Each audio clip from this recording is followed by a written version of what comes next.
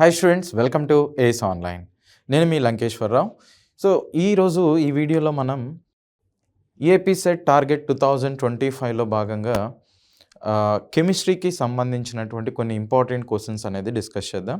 Okay, so Andhra మరియు తెలంగాణ నుంచి ఎవరైతే ఈ ఎగ్జామ్ అనేది రాయబోతున్నారో డెఫినెట్గా వాళ్ళకి ఈ కాన్సెప్ట్ నుంచి క్వశ్చన్ అనేది ఖచ్చితంగా వస్తున్నాయి. అంత ఇంపార్టెంట్ కాన్సెప్ట్ అనమాట. Okay right. సో ఇక్కడ చూడండి, ఫస్ట్ క్వశ్చన్ చూడండి, what are the hybridization of given molecules అనేటువంటిది ఇచ్చారు. సో హైబ్రిడేషన్ మీద మనకి చాలా షార్ట్ కట్స్ అనేటువంటిది ఉన్నాయి. ఈరోజు ఒక షార్ట్ కట్ని బేస్ చేసుకుని వీటిని అన్నిటిని జస్ట్ ఫ్రాక్షన్ ఆఫ్ సెకండ్స్లో ఎలా చేయొచ్చో చూద్దాం. సో ఈ అమ్మోనియంకి సంబంధించినటువంటి అయాన్స్ ఇచ్చారు. నెక్స్ట్ క్సినాన్ ఫ్లోరైడ్ అనేది ఫాస్ఫరస్ ఫ్లోరైడ్కి సంబంధించిన అయాన్ ఇలాంటివి ఇచ్చారు. సో వీటికి ఫార్ములా ఏంటి అంటే చూడండి, హైబ్రిడేషన్కి formula 1/2 into so group number plus monovalent ions minus C అనేటువంటిది చెప్తాం. ఇక్కడ జీ అంటే ఏంటంటే group number of the central metal అనమాట. Okay, so G is equal to group number of central element. Okay, so central element or central atom whatever it is. Next M అంటే monovalent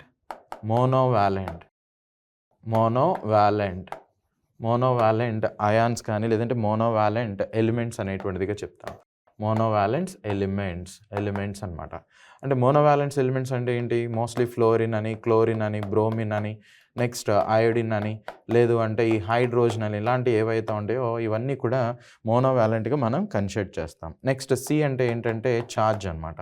okay, so charge అనేది అంటే అది cation అనేటువంటిది కావచ్చు, లేదంటే యానయాన్ అనేటువంటిది కావచ్చు. క్యాటయాన్ ఛార్జ్ అయినా యానయాన్ ఛార్జ్ అయినా ఇక్కడ మనం తీసుకుంటాం. సో వీటికి సంబంధించినటువంటి కాన్సెప్ట్ని ఇప్పుడు ఒకసారి చూద్దాం, ఎలా వీటిని సాల్వ్ చేయాలి. ఫర్ ఎగ్జాంపుల్ NH4+ అనేటువంటి దాన్ని ఇచ్చారు. NH4+. సో ఫ్రాక్షన్ ఆఫ్ సెకండ్స్లో చేయొచ్చు, మీకు చూపించాలి కాబట్టి నేను ఇలా చేస్తున్నా. సో 1/2 ఇంటూ సో ఇక్కడ మనకు ఉన్నటువంటిది nitrogen. So 5th A group కదా, 5th A గ్రూప్ కాబట్టి 5 అనేటువంటి దాన్ని తీసుకోవాలి. నెక్స్ట్ ఇక్కడ నెంబర్ ఆఫ్ మోనోవాలెంట్స్ ఎన్ని ఉన్నాయంటే హైడ్రోజన్స్ అనేది మోనోవాలెంట్ కదా, దాని మీద +or-1 అనేటువంటిది వస్తుంది. H+ రావచ్చు, లేదంటే H- రావచ్చు. మోనోవాలెంట్ కాబట్టి ఇక్కడ 4 ఉన్నాయి. సో 4 ఇలా తీసుకుంటాం. నెక్స్ట్ ఛార్జ్ అనేటువంటిది ఎంత ఉంది? సో మోస్ట్లీ 1 అనేటువంటిది ఉంది. ఓకే, ఆ ఛార్జ్ 1ని డైరెక్ట్గా అలా తీసుకోవాలి. అదే నీకు -1 ఉంటే -1 అని తీసుకుంటాం. సో ఫైనల్గా ఇక్కడ చూడండి, నీకు ఏమొస్తుంది? 8 అనేటువంటిది వస్తుంది. 8/2 అంటే నథింగ్ బట్ 4 అంటే ఒక s ఆర్బిటాల్ 3 p ఆర్బిటాల్స్ అనేటువంటి వాటిని తీసుకోవాలి. ఓకే, s ఆర్బిటాల్ అనేటువంటిది తీసుకుంటే సో ఇలా ఉంటుంది. p అనేది తీసుకున్నట్లయితే దానిలో 3 డీజనరేట్ ఆర్బిటాల్స్ ఉంటాయి. d అనేటువంటిది తీసుకున్నట్లయితే దానిలో 5 ఉంటాయి. 1 2 3 4 5 ఇలా ఉంటాయి అన్నమాట. సో దీన్ని బేస్ చేసుకుని మనం కన్సిడర్ అనేటువంటిది చేస్తాం. సో ఫైనల్గా ఈ మాలిక్యూల్కి హైబ్రిడేషన్ అనేటువంటిది ఏమొస్తుంది? sp3 అనేటువంటిది వస్తుంది. అలాగే నెక్స్ట్ మాలిక్యూల్ చూడండి, XeF4 అనేటువంటిది ఇచ్చారు. XeF4కి ఎలా చేయొచ్చు? 1/2 ఇంటూ క్సినాన్ అనేది 8th గ్రూప్ కదా, 8th గ్రూప్ కాబట్టి 8+ సో ఫ్లోరిన్ అనేది అంటే మోనోవాలెంట్ కాబట్టి సో 4 అనేటువంటి దాన్ని తీసుకుంటాం. ఛార్జ్ ఏమైనా ఉందా అంటే లేదు, 0. సో టోటల్గా నీకు ఏమొస్తుంది? 12/2 అంటే నథింగ్ బట్ 6 అనేటువంటిది వస్తుంది. 6 అంటే ఒక S 3 Pలు. సో ఇక్కడికి 4 వచ్చింది. 1 + 3 4 వచ్చింది. డీల్ అనేటువంటిది ఎన్ని తీసుకోవాలి? మోస్ట్లీ 2 అనేటువంటిది తీసుకుంటే సరిపోతుంది. అంటే sp3d2 అనేటువంటిది వస్తుంది. అలాగే PCl4 అనేటువంటిది తీసుకున్నట్లయితే PCl4. ఓకే, సో PCl4 ఇక్కడ ఫాస్ఫరస్ మీద పాజిటివ్ ఛార్జ్ అనేటువంటిది ఇచ్చారు. కోర్స్ ఇక్కడ మీరు అబ్జర్వ్ చేయొచ్చు. దీనికి ఎలా చేస్తాం? సింపుల్.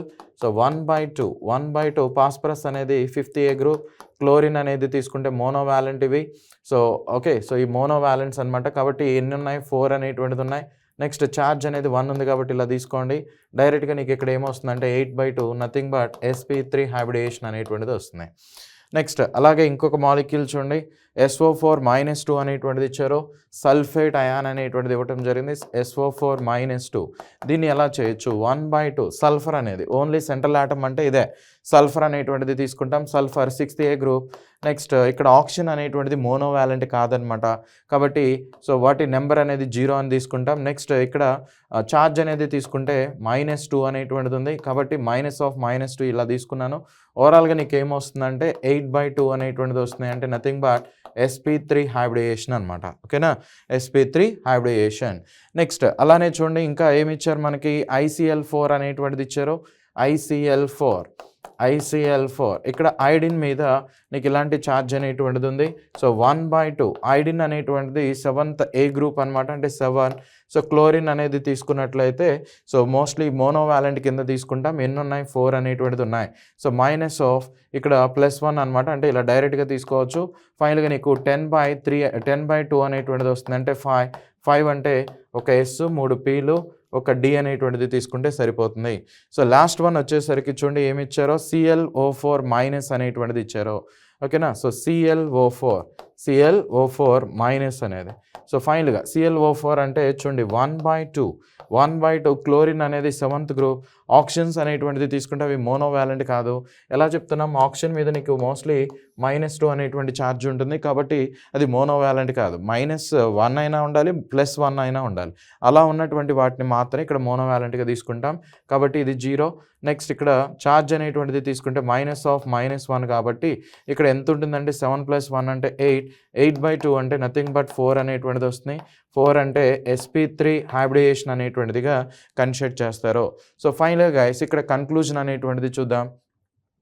కన్క్లూజన్ మనకి ఇచ్చినటువంటి ఒక్కొక్క మాలిక్యూల్ ఫస్ట్ NH4+ అనేటువంటిది ఇచ్చారు, అవునా. NH4+కి ఏమొచ్చింది, sp3 అనేటువంటి హైబ్రిడేషన్ వచ్చింది. నెక్స్ట్ XeF4 అనేటువంటిది తీసుకున్నట్లయితే sp3d2 అనేటువంటిది వచ్చింది, sp3d2. నెక్స్ట్ PCl4 అనేటువంటిది కన్సిడర్ చేస్తే మోస్ట్లీ sp3 అనేటువంటిది వచ్చింది. Okay, sp3. నెక్స్ట్ ఇంకొకటి SO4-2 అనేది తీసుకుంటే అది కూడా sp3 అనేటువంటిది వచ్చింది. నెక్స్ట్ ఇంకొకటి ICl4- అనేటువంటిది ఇచ్చారు. ICl4+ అనేది sp3d అనేటువంటిది వచ్చింది, sp3d. Okay, sp3d. Next Cl4- అనేది తీసుకుంటే పెర్క్లోరేట్ అనేది sp3 అనేటువంటిది వచ్చింది. అంటే ఎగ్జామ్లో వాడు ఎలా అడుగుతాడంటే ఒక 4 అయాన్స్ అనేది ఇచ్చేసి లేదంటే ఇలా 4 కాంపౌండ్స్ అనేది ఇచ్చి వాటిలో దేనికి సేమ్ కైండ్ ఆఫ్ హైబ్రిడేషన్ అనేటువంటిది ఉంది అని అడుగుతున్నారు.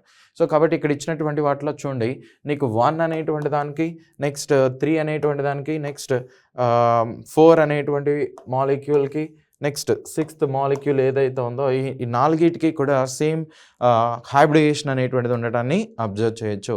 ఇలాంటి క్వశ్చన్స్ అనేది మనం ఈజీగా కన్క్లూడ్ చేయాలి.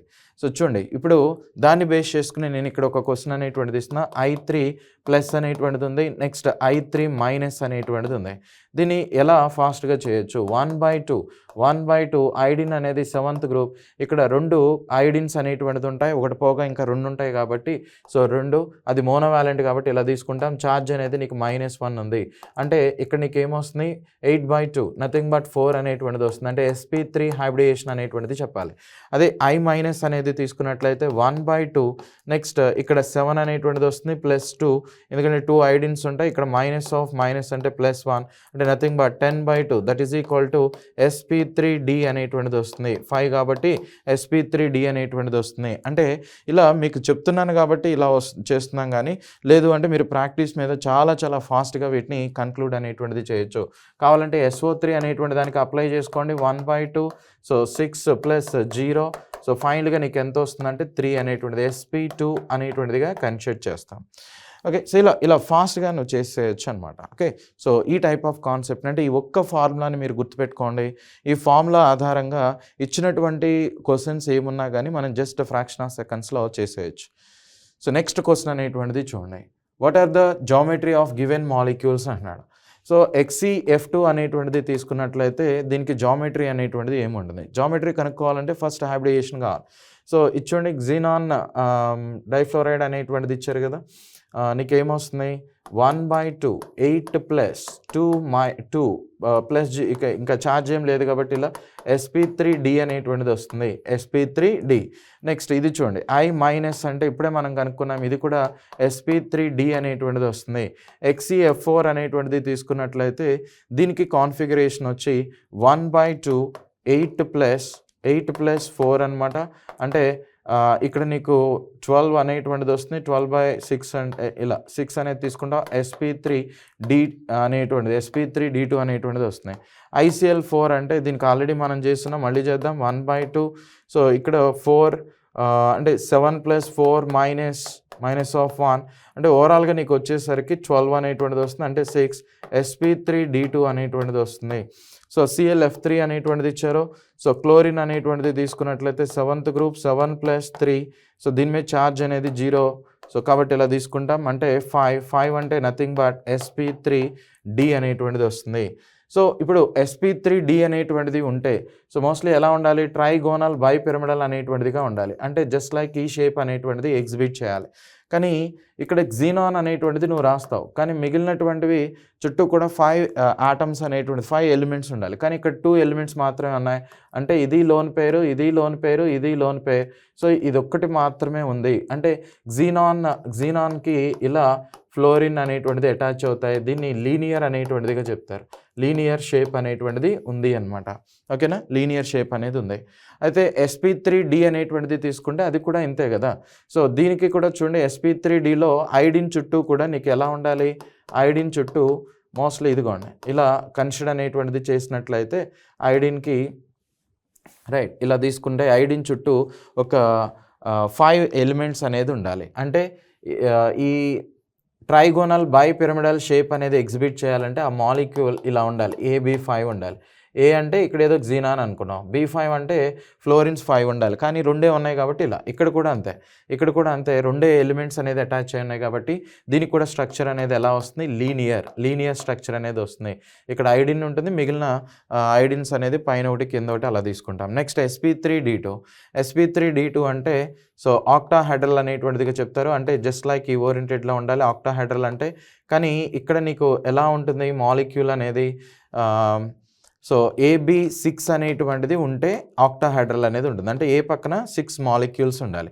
కానీ నీకు ఏ అనేటువంటిది క్సినాన్, దీని పక్కన 4 ఉన్నాయి కాబట్టి దీని హైబ్రిడేషన్ అనేటువంటిది అయితే sp3d2 ఉన్నా కానీ ఇది లోన్ పేర్ లాగా, ఇది లోన్ పేర్ లాగా ట్రీట్ చేస్తాం. అంటే ఇప్పుడు నీకు ఏ షేప్ అనేటువంటిది ఉంది, స్క్వేర్ ప్లేనార్ షేప్ అనేటువంటిది ఉంది. స్క్వేర్ ప్లేనార్ షేప్ అనేటువంటిదిగా కన్సిడర్ చేస్తాం. నెక్స్ట్ ఇక్కడ కూడా చూడండి sp3d2 అనేటువంటిది ఇచ్చారు. సో ఐడిన్ చుట్టూ కూడా 4 ఉన్నాయి. అంటే దీనికి కూడా సేమ్ స్క్వేర్ ప్లేనార్ స్ట్రక్చర్ అనేటువంటిది వస్తుంది. ఎలా చెప్తున్నాం అర్థమవుతుంది కదా. ఏ పక్కన 6 మాలిక్యూల్స్ ఉండాలి, కానీ ఇక్కడ ఏ అంటే ఐడిన్ పక్కన 4 మాలిక్యూల్సే ఉన్నాయి కాబట్టి దీని షేప్ అనేటువంటిది ఏంటి అంటే నథింగ్ బట్ స్క్వేర్ ప్లేనార్ అంటారు. నెక్స్ట్ ClF3 అనేటువంటిది తీసుకోండి. సో క్లోరిన్ పక్కన యాక్చువల్గా ఇది ఎలా ఉండాలని చెప్పాను, AB5 లాగా ఉండాలి. కానీ ఇది ఎలా ఉంది, AB3 లాగా ఉంది. AB3 లాగా అంటే 3 లోన్ పేర్స్ అనేటువంటి వాటిని తీసుకోవాలి. సపోజ్ ఇదే ట్రైగోనల్ బైపిరమిడల్ అనేటువంటిది కదా, 3 లోన్ పేర్స్. ఇక్కడ ఒక లోన్ పేర్ తీసుకుంటావు, ఇక్కడ ఒక లోన్ పేర్ తీసుకుంటావు. సో ఇప్పుడు షేప్ అనేటువంటిది ఎలా ఉంది, ఇదిగోండి ఈ షేప్. అంటే సో ఇది చూడటానికి టీ షేప్ లాగా కనిపిస్తుంది కదా. లోన్ పేర్స్ పోగా ఉన్నటువంటి షేప్ చూసుకోవాలి, టీ షేప్ అనేటువంటిది కనిపిస్తుంది. కాబట్టి దీనికి ఆన్సర్ అనేటువంటిది టీ షేప్గా కన్సిడర్ చేస్తాం. ఇలా ఇచ్చినటువంటి మాలిక్యూల్కి షేప్ అనేటువంటి దాన్ని మనం అంటే జామెట్రీని ఐడెంటిఫై చేయొచ్చు. జామెట్రీ ఈ టైప్ ఆఫ్ డెరివేటివ్స్ని ఈజీగా ఐడెంటిఫై చేయొచ్చు. నెక్స్ట్ క్వశ్చన్ అనేటువంటిది చూడండి. సో ఇలాంటి ఇంట్రెస్టింగ్ కాన్సెప్ట్స్ అనేటువంటిది మీకు అందించడానికి మన ఏస్ ఆన్లైన్ ప్లాట్ఫామ్ ద్వారా ప్రీ రికార్డెడ్ వీడియోస్ అనేటువంటిది ముఖ్యంగా ఈ ఎంసెట్ అంటే ఒకప్పుడు ఎంసెట్ అనేవాళ్ళం, ఇప్పుడు ఈఏపీ సెట్ అనేటువంటిదిగా పిలుస్తున్నాం కదా. ఈ ఈఏపీ సెట్ని దృష్టిలో పెట్టుకుని తెలుగు రాష్ట్రాల్లో అంటే ఆంధ్ర మరియు తెలంగాణ ఈ 2 ప్రాంతాల్లో ఎవరైతే ఈ ఎగ్జామ్ అనేది రాయబోతున్నారో ఆ విద్యార్థుల్ని దృష్టిలో పెట్టుకుని ఈ ప్రీ రికార్డెడ్ కోర్సెస్ అనేటువంటిది చేయటం జరిగింది. Okay, so pre recorded courses అంటే ఇది ముఖ్యంగా ఇంజనీరింగ్ స్ట్రీమ్కి సంబంధించింది అనమాట. దీనిలో ఫస్ట్ ఇయర్ సెకండ్ ఇయర్కి సంబంధించినటువంటి ఫిజిక్స్, కెమిస్ట్రీ, మ్యాథ్స్ సంబంధించిన వీడియోస్ అనేటువంటిది ఉంటాయి. సో మీకు బైలింగ్వల్లో ఉంటుంది, అంటే ఎక్స్ప్లెనేషన్ అనేది బైలింగ్వల్లో ఉంటుంది. కంటెంట్ ఇంగ్లీష్లోనే ఉంటుంది, కానీ ఎక్స్ప్లెనేషన్ అనేది బైలింగ్వల్ అంటే తెలుగు ఇంగ్లీష్ 2 కూడా యూజ్ చేసి సింపుల్ ఇంగ్లీష్నే యూజ్ చేసి మీకు అందరికీ అర్థమయ్యే విధంగా ఈ వీడియోస్ అనేది చేయటం జరిగింది. సో ఈ కోర్స్ అనేది ఆల్రెడీ ఏస్ ఆన్లైన్ అని మీరు గూగుల్లో టైప్ చేసినట్లే, అంటే ఏస్ ఆన్లైన్ అని గూగుల్లో టైప్ చేసినా లేదు అంటే ప్లే స్టోర్లో టైప్ చేసినా మీకు దీనికి సంబంధించి అంటే ఈ లోగోతో ఉన్నటువంటి ఒక యాప్ అనేది ఓపెన్ అవుతుంది. ఆ యాప్‌ని ఇన్‌స్టాల్ చేసుకోండి. ఇన్‌స్టాల్ చేసుకొని ఈ కోర్స్ అనేది మీరు పర్చేజ్ చేయొచ్చు. సో 3 మంత్స్ కోర్స్ వచ్చేసరికి మీకు ₹499 ఉంటుంది. అడిషనల్‌గా జీఎస్టీ అనేది కూడా ఉంటుంది. నెక్స్ట్ 6 మంత్స్ కోర్స్ అనేటువంటిది తీసుకున్నట్లయితే ₹799కి ఈ కోర్స్ అనేది మీకు అందుబాటులో ఉంది అనమాట. సో ఎవరైతే ఈఏపీ సెట్ ఎగ్జామ్ అనేది రాయబోతున్నారో సో అలాంటి విద్యార్థులు ఈ అవకాశాన్ని ఉపయోగించుకోవచ్చు. సో దీన్ని ఎలా యూజ్ చేయాలి అంటే ఈ కోర్స్‌ని ఎలా యాక్సెస్ చేసుకోవాలి? సో ఎవరికైనా డౌట్స్ కనుక ఉన్నట్లయితే కింద మీకు డిస్క్రిప్షన్‌లో ఆ లింక్ కూడా ప్రొవైడ్ చేస్తాం. ఆ లింక్ అనేది ఓపెన్ చేసి సో ఎలా దీన్ని యాక్సెస్ చేయాలి అనేటువంటి ఇన్ఫర్మేషన్ మొత్తం కూడా మీరు చూడొచ్చు. సో ఇది 24/7 ఎక్కడి నుంచైనా యాక్సెస్ చేసుకునే విధంగా పీసీ నుంచి చేయొచ్చు. నెక్స్ట్ మన ల్యాప్‌టాప్స్ నుంచి, మొబైల్ నుంచి యాక్సెస్ చేసుకునే విధంగా మీకు ఈ కోర్స్ అనేటువంటిది డిజైన్ చేయబడింది అనమాట. సో ఫైనల్‌గా గైస్ మన ఏస్ ఆన్‌లైన్ ప్లాట్‌ఫామ్ ఇనిషియేట్ చేసినటువంటి ఈ టార్గెట్ 2025 అనేటువంటిది ఏదైతే ఉందో సో దానిలో భాగంగా ఈరోజు మనం కొన్ని ఇంపార్టెంట్ క్వెషన్స్ గురించి డిస్కస్ చేస్తున్నాం. అయితే దాన్ని ఈ జామెట్రీని ఎలా కనుక్కోవాలి, నెక్స్ట్ స్ట్రక్చర్ అనేటువంటిది కానీ లేదు అంటే హైబ్రిడేషన్ ఎలా కనుక్కోవాలో చూసాం కదా. ఇలాంటి ఇంట్రెస్టింగ్ వీడియోస్ కోసం మన ఛానల్‌ని లైక్ అండ్ సబ్స్క్రైబ్ చేయండి. రైట్. Thank you.